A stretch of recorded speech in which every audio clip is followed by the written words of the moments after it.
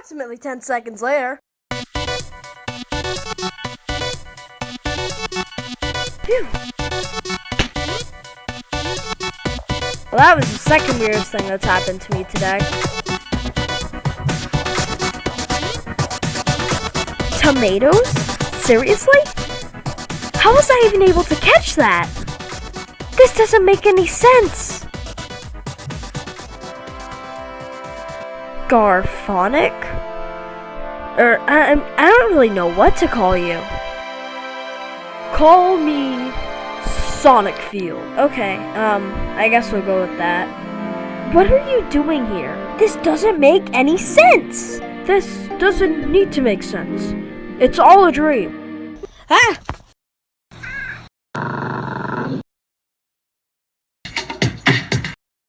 Chicho! Spencer!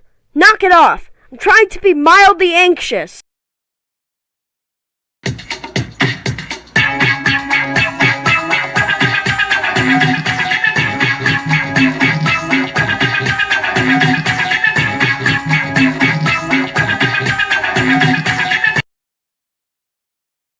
Hey guys, Swagstufff here. I've had the same dream for about a month now.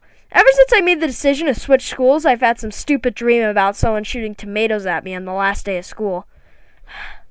Anyways, I thought maybe I should talk about school and everything that happened this year before solitary confinement. Last year I made a video when I talked about 6th grade and told some interesting stories. This year I'm gonna do it again! So let's start off nice and easy with the Google Slides presentation.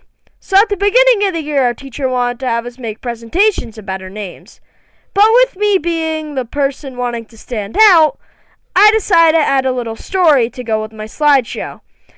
After thinking for about 5 minutes, I decided to do this. Hey all, Scott here. Ever since I started my fake ID collection, the FBI has been on my trail. Look at this cool bullet wound. I got to prove it. I got an A+ on that assignment. Next story. So, if you couldn't tell by last year's video, I'm not exactly a popular type. Anyways, I made this short skit to demonstrate that. Hey, remember when we liked Swagstufff? What are you talking about? Yeah, that's it. That's the skit. Next story. So one time in art class, we were supposed to be drawing a city of the future. I just drew what was outside and made it chrome because everything's chrome in the future. I made a stupid decision that day. I'm wearing jeans because some kid ran behind me and attached the strap that holds my belt on the back of my jeans to the chair I was sitting on with a lock. Only they had the combination to unlock me from my seat, so I was forced to sit there until the kid gave in and unlocked the lock. Unlocked the lock, unlocked the lock, unlocked the lock. He locked me to my chair, chair. So I couldn't get up to walk over there. The kid was forced to have some sympathy and unlock the lock attached to me.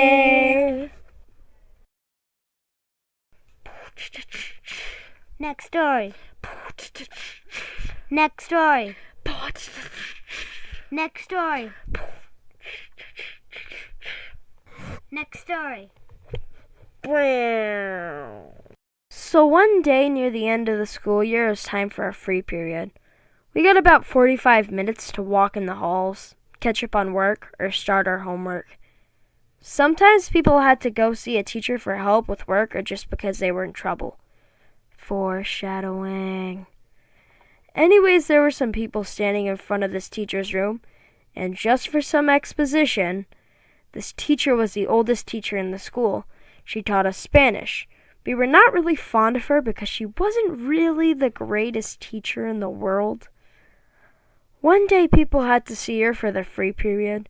They were standing in the hallway for about 5 minutes while the teacher, who we'll call Mrs. Red Care Bear?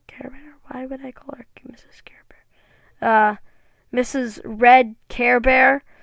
Sure, we'll go with that. Anyway, some kids were standing in front of her door while she lectured some kid in her room. And let me tell you something. Mrs. Care Bear didn't care about the people in the hallway. She didn't give a darn that these kids were wasting their free period in the hallway waiting for her to let them in. She looked out the door at them and then looked away. I was walking by Mrs. Red Care Bear's room, and when I saw what was going on, 30 seconds later, I decided I need to help these people get into the room. I then had the greatest idea since the light bulb. Yeah, I wasn't really using my head there. I didn't plan on what to do now, besides, well... Okay, maybe I should explain myself. I was able to catch Mrs. Care Bear's attention, and she was pretty upset. After I knocked on the door, I walked into my homeroom, sat down, and started drawing on a piece of paper, trying to act casually. Some kid then walked into my class and said that Mrs. Care Bear wanted to see me. Now on a normal day, I would have just walked into her room. However, on this day, something in my head just told me to run. I started booking it down the hallways, and when I ran up, I was met by my friend TJ, who told me to run. After a good 10 minutes of running around the school, I decided to spend the last 10 minutes of my free period sitting in the room because I decided that if I kept running, I would have gotten in even more trouble. I feel like there's some part of the story that I'm forgetting, but, whatever. Here's what happens next. I'll tell it to you. A curious boy meets a mischievous crew. No, that's not what happens in this story. I'm just telling lies because I don't know how to rhyme. Next story. I decided that for this video I'd make a follow-up to a video I made last year called Middle School Romance is Weird. Basically, I would get stories from 7th grade that pertained to middle school romance, and I would tell them. Introducing Middle School Romance 1.5. So here we go.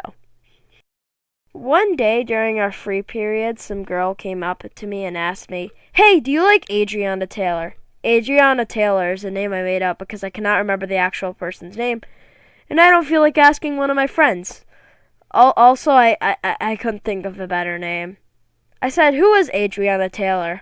For the whole day, people kept asking me if I liked Adriana Taylor. It was pretty stupid. One day during music class, some people were talking about how many girlfriends they've had. I decided to jump in on this conversation. I have had a way different track record when it comes to girls. They will be very surprised when I tell them my track record. I've had 0. Beat that, losers. They weren't very surprised. Okay, well, I'm done talking about romance for a while. Hey guys, can't think of a clever transition for this one, so next story, I guess. Well, here we are. We are almost done talking about 7th grade. Now it's time for the final story. One day after school was over, I was trying to sleep, and then I got a phone call. Hello? Oh my gosh, sorry, it's the audio. I was a bit upset because almost everybody else in my class was in the call. However, I hung up the phone and went back to bed. About another hour later, I got another call.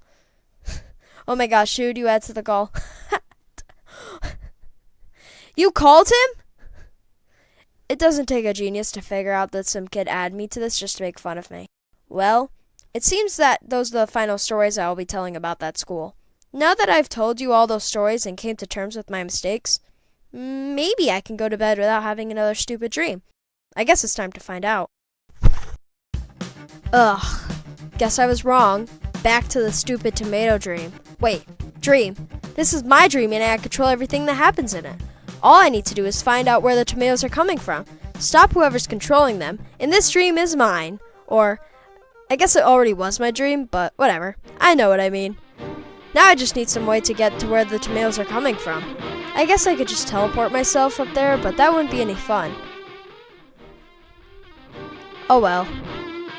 It looks like I found the source of all of this. Hey, looks like you finally showed up. Yeah, I did. What are you gonna do about it? This.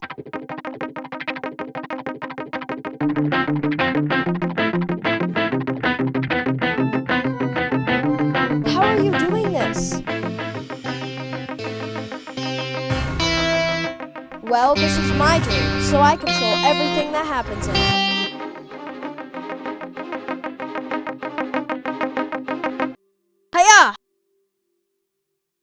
Hold on. You're me, meaning, wait, I think I get it. This is my dream, meaning everything takes place in my mind. I had the same dream for a few weeks, and when I was able to come to terms with what happened during 7th grade, I was able to control it. For the longest time, I thought that I didn't deserve anything that happened to me, that I wasn't in the wrong. But when I revisited the stories from that year, I found out a lot of the things that happened to me were my fault. So you're supposed to be me in a world where I never realized this, and I had to fight with myself in order to realize that I'm not perfect and I can be the cause of my own problems. I still don't really get why you're shooting tomatoes at me, though. Huh. Well, it looks like this is all over. I don't think I'll be having any more of those dreams. I guess I should wake up now. Well, it seems pretty early. I guess I should go eat breakfast or something now.